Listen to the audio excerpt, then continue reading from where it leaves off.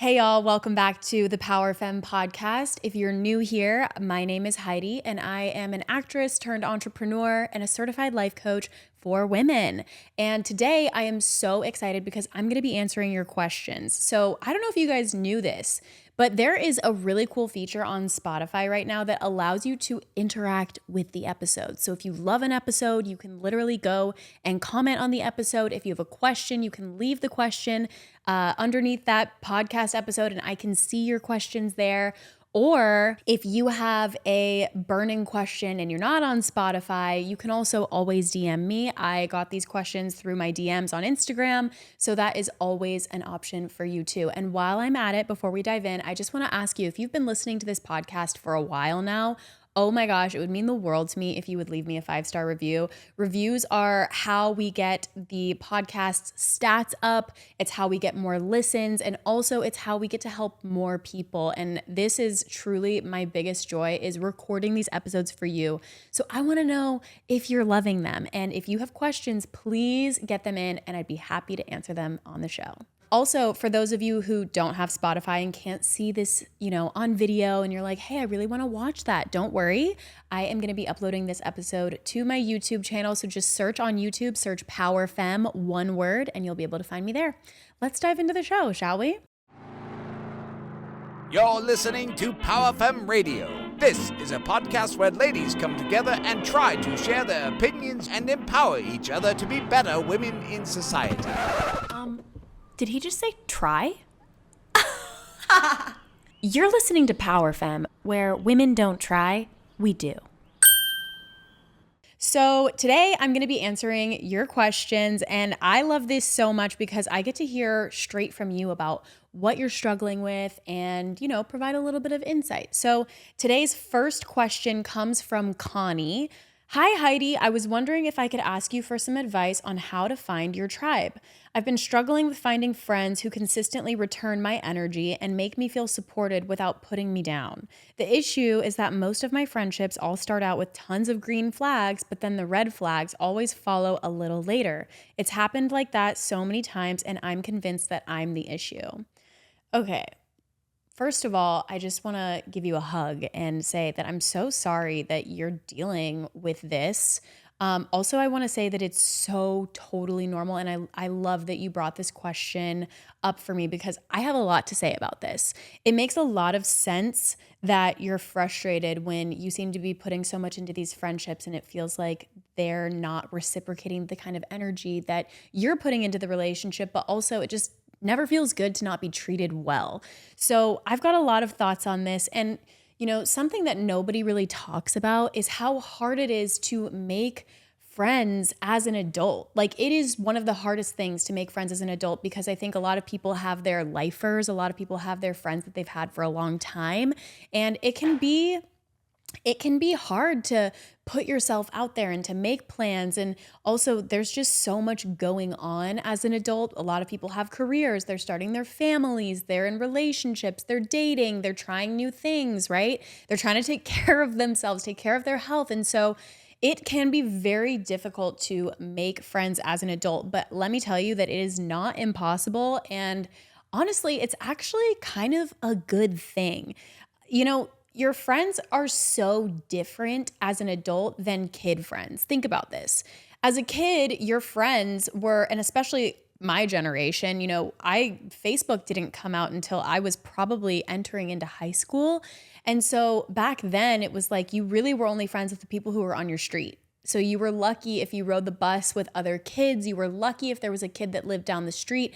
Maybe you were in sports and that's how you made your friends. But it's so different because as an adult, you leave your hometown. Also, not to mention you grow apart. And so I just want to say it's totally normal to be losing those kid friendships. And also, if you just don't vibe with the people that you grew up with, that is normal and that is totally okay.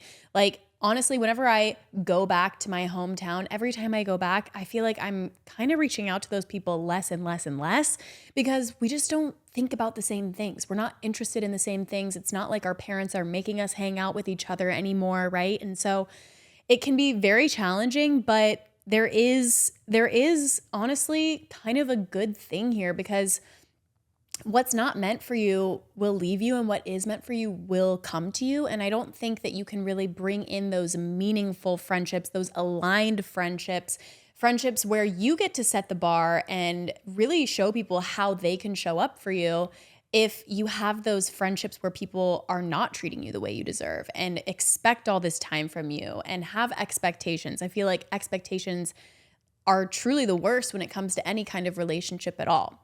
My advice to you, Connie, would be to do more of what you love, especially as an adult. I think life can be so serious. We get caught up in work, we get caught up in our to-do lists and keeping up with people. And, it can be really hard to find time to do the things that feed your soul by the time you do all the things that you should be doing and you're, having a healthy lifestyle. I mean, truly, it's like just getting to the gym some days is a struggle. So my advice would be to do what you love. If you're wanting to find your tribe, you're going to find people. I mean, this saying is so overrated, but it's just so true. It's like so cliche, but it's the most true statement ever, which is your vibe attracts your tribe. And I couldn't agree with that more, right? And so by inserting yourself in rooms where people are into the same things that you're into, you're going to attract people with a similar vibe, similar belief system, similar interests, whether that be going to yoga or maybe going to pottery or, for me, a great place for me in my early 20s to make friends who I'm still friends with to this day was acting class, because I loved acting. I was pursuing my dreams. I didn't have that much time. I wanted to be with people who understood the things that I was going through. And so I pursued an acting class. I made sure to go to many acting classes. Also something that has truly helped me has been masterminds. Masterminds have been huge, huge, huge for me. I'm going to a mastermind next week, actually. I'm going to a 3-day mastermind where I'm going to be working with other female entrepreneurs, and I'm truly going just for the connections. Every single mastermind that I have attended in the last few years, I have made such lasting relationships. And let me tell you, the people who are in masterminds, who are determined to become the best version of themselves, who are determined to reach their dreams and make their dreams their reality, like those are the kinds of people that I'm wanting in my circle. And so really, I can't say enough like how important it is for you to inject yourself into the room with people who have a high vibe, people who are of a high caliber. Yes, you have to pay to be in masterminds. I totally understand. Trust me, I've been doing it for years and years. And you know what? Great. That's awesome, because you're really literally going to be surrounding yourself with people who really care about their future, who really care about the person that they're becoming. Like, I just don't think that there's going to be any low life type of vibe, type of person in a mastermind if someone's paying to be there. And so, yes, while maybe you need to invest in being there, I mean, it's really no different than going to acting class or a yoga or, any type of workout class or pottery or whatever it is. So my definite advice would be get into a mastermind and get into a mastermind that is, really specialized in one of those areas that you love. You could even start your own mastermind. I still, to this day, like as I'm getting older and I just got married and I'm running my business and things are crazy, my time is truly my most valuable resource. And I'm less and less, I hate to admit it, less and less am I like making plans to go to brunch with a friend. Truly, my best friends and I, when we get together, we literally talk business. We literally talk about how we can support each other. I have a weekly mastermind with my 2 best friends, and it's called Rise. And literally, we meet with each other bi-weekly. It started out monthly. We're trying to meet bi-weekly. Even that is hard, but we meet with the purpose of supporting each other, holding space for each other, and really holding each other accountable to taking action to pursuing our dreams. So maybe you even start your own mastermind, but I wouldn't be able to do that if I didn't have the friends that I already do that are at the caliber that they're at. Let's see. What else? I had some other advice for you. Oh, I guess my next piece of advice for you, and I'll leave it at this, is just having boundaries. I mentioned this a little bit before, but like you show the world how they can treat you. And so I'm curious, if it seems to be a pattern where people are walking all over you and they're not respecting you, and it's good at first, but then it kind of falls out of place. Like, I'd be curious with you to know, how are you upholding your boundaries even with yourself? How are you showing people in the world how you show up for yourself? Because I think we really set the bar. If I'm somebody who's super busy and I protect my time and I'm very intentional about who I answer the phone for, how I spend my time, like who I associate with, when I'm available for certain people, they're going to know that. Like they're going to be like, "Hey Heidi, I know you're busy, but hey, do you want to do this?" Or and so I think if you are not upholding the boundary yourself, you might be in a sticky situation because people will say, "Oh, well, Connie, she's flexible. She doesn't mind. I can push this." And, oh, it doesn't really matter if I cancel on her. And so if you allow that type of behavior to slide, then it becomes the norm. But if you put your foot down and you say, "Hey, I don't like that you bailed on our plans. It makes me feel like I'm an afterthought," and I'm not an afterthought. I have a really important schedule too. I've got things that are important to me too. So next time, if you could please stick to the plans that we make, it would mean a lot to me. There are so many ways that you can go about this, but my advice would be to create some boundaries and really look within yourself before, pointing to other people in your life.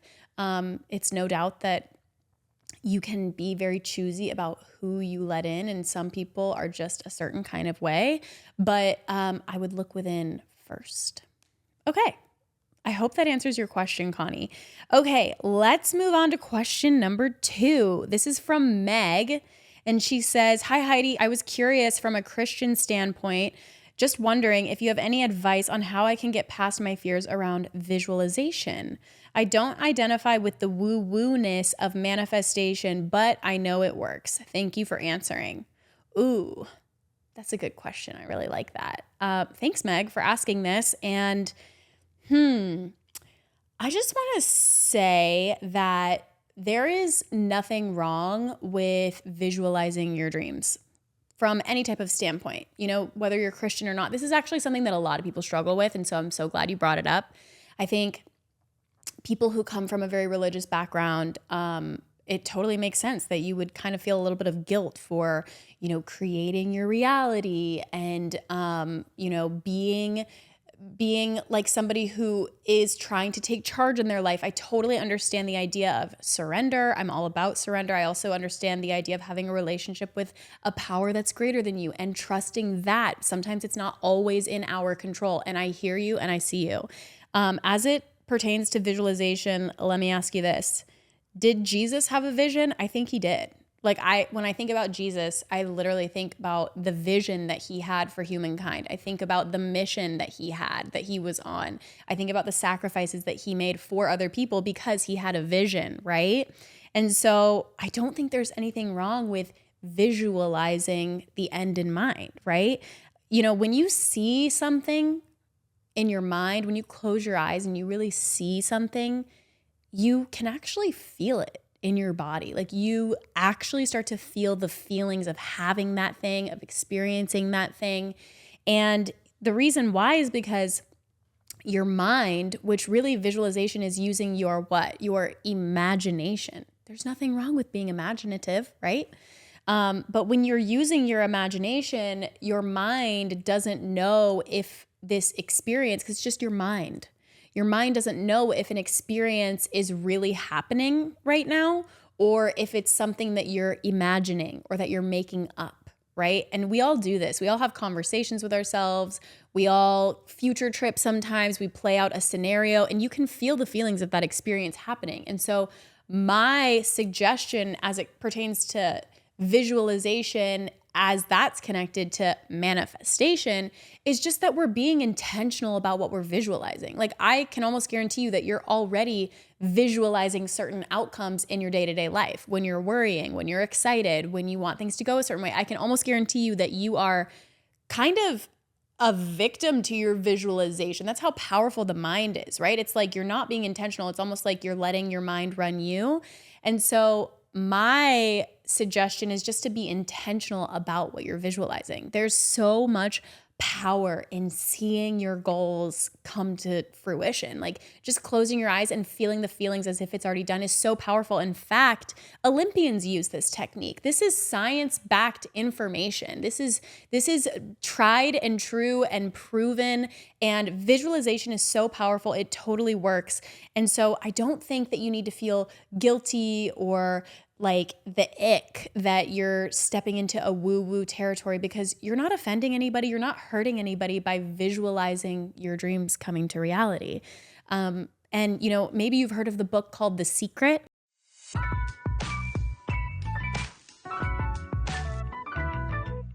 I just want to say that I'm so proud of you for clicking on the Power Femme podcast today and coming here for just a moment of inspiration. That tells me that you are someone who has big goals, big dreams, and you are a Power Femme because you are willing to do whatever it takes to reach them. So I just want to say that if you're someone who has a big dream or a burning passion to make a difference in the world, but for whatever reason it feels like that enthusiasm isn't really translating into the work you're doing, I just want to say that there is a solution, and that solution is called Power Femme's Unshakable Confidence Challenge. This is a 5-day challenge that I am hosting, and it's designed to unlock inspiration, ignite momentum, and really get you results like you've never had before. If you're someone who wants to get paid to do what you love and make a difference in the world, this is for you. I'm going to play a couple of clips from the girls who have participated in the challenge so you can really hear what they're saying. And if it feels like it's a good fit for you, then I cannot recommend enough clicking the link below in the show notes and joining me for the next one. The VIP room is where you're going to get an hour of coaching with me before the challenge itself every single day. And that is where a lot of magic happens, and there are so many breakthroughs in that room. Click the link below, check it out, see if it's a good fit, and join me live. I can't wait to see you. Heidi's 5-day challenge ended today, and I'm so sad. I'm like shocked at how different I feel in 5 days. Not living a purposeful life is just killing me. I've got so much value out of this week, and I'm just ready to continue that progress. Also, oh my God, these women are so inspiring. I'm so, honestly, I love this group. I love it, love it, love it. That was such a sweet week for me and so good for me, and I absolutely loved it, and I loved my time. Girl, it was fire, and I loved it. I had so many aha moments. Everything that I learned, I am applying, and my life has changed. I would do it again.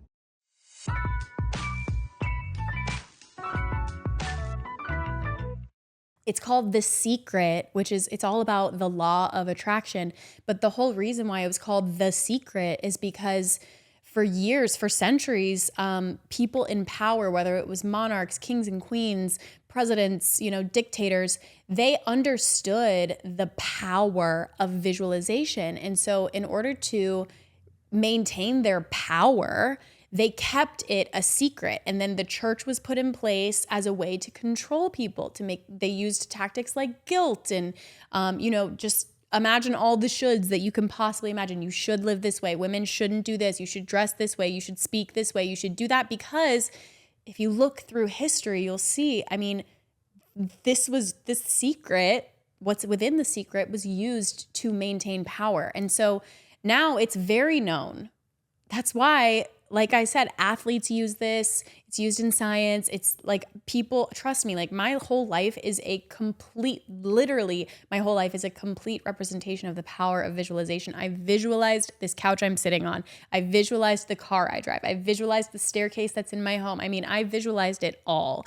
And so you do have power. And just don't forget, Jesus had a vision too. All right. So hopefully that answers your question. By the way, if you haven't heard of The Secret, it's a great book. I can't recommend it enough, but there's also a video series on, I think it's Netflix. So just search The Secret and it's on Netflix, and it's really good. It's really, really good. They actually talk about the power of visualization through vision boards, and that is so, so, so powerful. I actually have a vision board template for those of you. I'll put a link in the bio or a link in the description. For those of you who do not use vision boards, I can't recommend vision boards enough. I have manifested working with specific casting directors, specific actors. I've manifested certain amounts of money.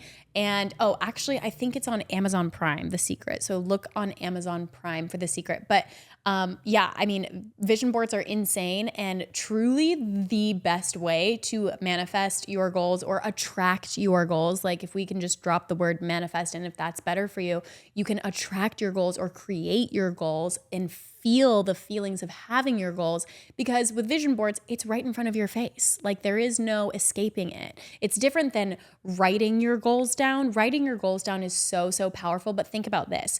When you're journaling every single day, you write down your goals, which is very powerful. In my eyes, I think writing down your goals and journaling is one of the most powerful ways that you can create your reality, because to me, I feel like it's a contract with the universe. You're like, this is what I'm committed to creating and doing in my life. But think about this. You turn the page every day, and every day is a blank page. And I think it can be really easy if you're not on top of repeating that thought and feeling those feelings and embodying what it would feel like to have that goal. It can be very easy to let that goal just kind of be in your past as you turn the page as a new blank slate. But with visualizing, with a vision board, it's just so different. It's like that truly is the difference between setting goals and writing your goals down and manifesting and attracting and feeling. So those are my thoughts on that. And hopefully that was helpful. Okay. Question number 3. I'm actually changing her name because she asked to be anonymous. So we're going to call her Jay. Jay says, "Hi, Heidi. I've been listening to Power Femme since day one. You inspire me so much. Here's my question. All I want to do is get paid to do what I love so I can have flexibility to chase my dreams of being an actress. I'm passionate about so many other things, like even starting my own life coaching business, but right now I'm working 3 different bar jobs to supplement my income. It's been about a year since I started identifying as a life coach, but I haven't made any money doing this yet. I want to help people, but I feel like I'm just giving people free advice." Hey, Jay. Okay, first of all, thanks for listening since day one. That means you were here when this was hustle and flow. Also, are we the same person? Because I was an actress and I worked in restaurants and I'm a life coach. So awesome. You're in the right place. I can definitely empathize with just wanting to get paid to do what you love. That was me when I started my first business, which was Power Femme Fitness. And I remember at that point, I was loving being on set. I was auditioning a ton. I was living in Atlanta. I booked a movie and I was working in a bar. Hey, that's where I met my husband. Maybe you'll meet your husband in the bar. But I was working in the bar and I just remember like not having enough time or energy to go to my workouts. And that was like the most important thing for me, because as an actor, your body is your vessel. Your mind is your vessel. And I just remember feeling so burnt out from working late nights at the bar, not having enough time to prioritize my workouts. And I was in the gym when I had this idea and I was like, that's it. I just want to get paid to work out and act. Like that's what I'm going to do. And that was when I got the idea to start Power Femme Fitness. So I love that this is kind of where you're at. Like I just think it makes so much sense for you to, first of all, it makes sense that you got your jobs in the restaurant industry. I think that's a very common way for people in entertainment to make money, but it's actually a myth that that's what you have to do. I think everyone tells you, yeah, you got to be a struggling waiter or struggling bartender in order to make money and be an actor. You have to work at night to be an actor. And I feel like that's such BS. Like that is not true. And you do not have to subscribe to it, because honestly, like one of the benefits of having your own business, I know having your own business doesn't sound very sexy, right? But I just love the idea of being an entrepreneur, because even the word entrepreneur feels like I don't know, that sounds like not hot to me, right? But you know what is sexy is having flexibility, deciding how much money you make, and deciding who you will and won't work for. And yes, it's a journey, but oh my God, it's like one of the biggest spiritual journeys I've ever embarked on to this day. And I have so much to show for it. So I love where your head is at. I think you're absolutely on the right path, and it totally makes sense that you want to have multiple streams of income. But I don't know, 3 different bar jobs, that's got to be chaotic. That's got to be really difficult, I would imagine. Just even like the idea of going to a different place every day and having to juggle the different schedules and wondering if you're going to get a shift or how much money you're going to make. That to me sounds a little bit stressful. Part of me wonders if you were to clear your schedule and perhaps even let go of maybe 1 or 2 of those bartending gigs and take that time instead and go in on your life coaching business.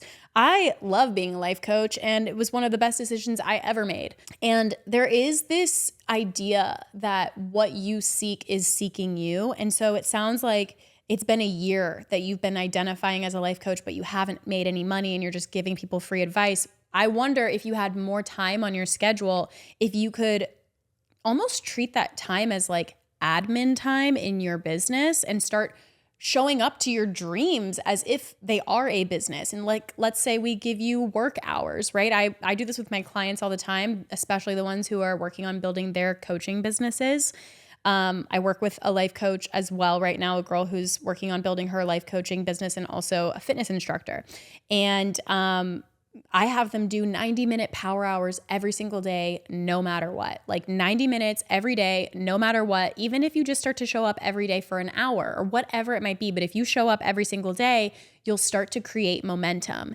And I'll tell you right now, it doesn't sound like you have any momentum. And if you think about what is that saying in science class? We learned it. It's like an object in motion stays in motion, right? And if you're not in motion, it's like the hardest thing to do is get started. I want you to think about pushing a boulder almost. It's like this boulder is so heavy and you're pushing with all your might, all your might, all your might. And then it starts to like slowly go. But if it's going downhill, it's going to just start to go, go, go, go, go, go, go. What makes sense to me in this situation is like, let's get the ball rolling on your business. Also, here's the other thing. There is a huge difference between having a hobby and having a career. And the difference is this: it's making money. Okay. I remember being an aspiring actor, and before I ever booked my first acting job, I always said, I want to be an actor. I want to be an actor. I want to be an actor. I don't think I really became an actor until I was like paid to do that. Now, the nature of being in the entertainment industry with what you do, I understand that the work is auditioning. The work is getting an agent. The work is reading scripts and going to acting class. But it is a little bit draining because you're investing so much time and money and energy and getting your hopes up. And it's like it can leave you feeling very depleted. Yes, the days that you're on set are so worth it. Yes, the days that you get those callbacks, so worth it. But if we were to take this and put it in any other industry, if you're not making money, it's a hobby. So it sounds like right now, life coaching, you're giving free advice to people. It sounds like you are, it sounds like you enjoy helping people. And that to me sounds like a hobby. I wouldn't necessarily call that a life coaching business. Now, if you have business hours in place and you're consistently working on setting up your business and you're developing the skills to be a life coach and you are meeting one-on-one with clients or meeting with groups of women, then I'd call it a business. And so with that, I think you need to master the art of sales. You've got to start selling.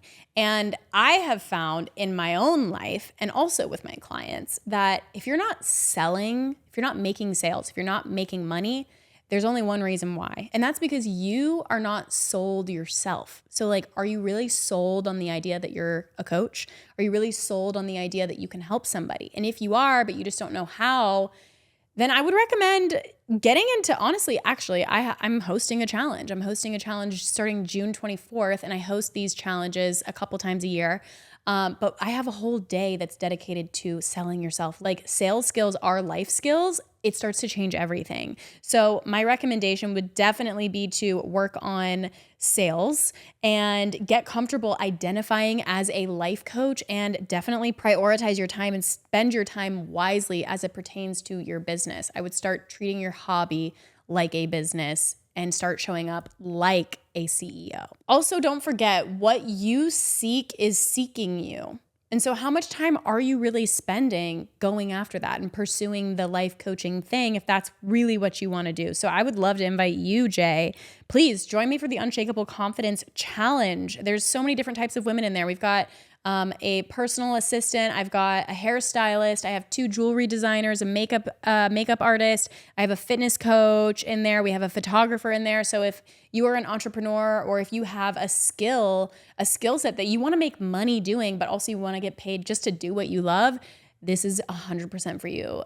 We are going to be covering so much. We're going to be covering visualization, which thank you, Meg, for asking that question in the beginning of this episode. We're going to be getting so clear on what lights you up, and I'm going to show you how you can make money doing that. So, yeah, I think that's all I have today. I just want to thank you guys so much for tuning in today. And I loved answering your questions. So if you were listening to this today and you're like, wow, I have a question, I'm dying to ask it, whether that be relationship, entrepreneurial, or just life advice in general, I would love to feature you on the podcast. Please, like I said, interact with this episode on Spotify, send me a DM on Instagram, leave us a 5-star review. I hope that you will join me for the Unshakable Confidence Challenge.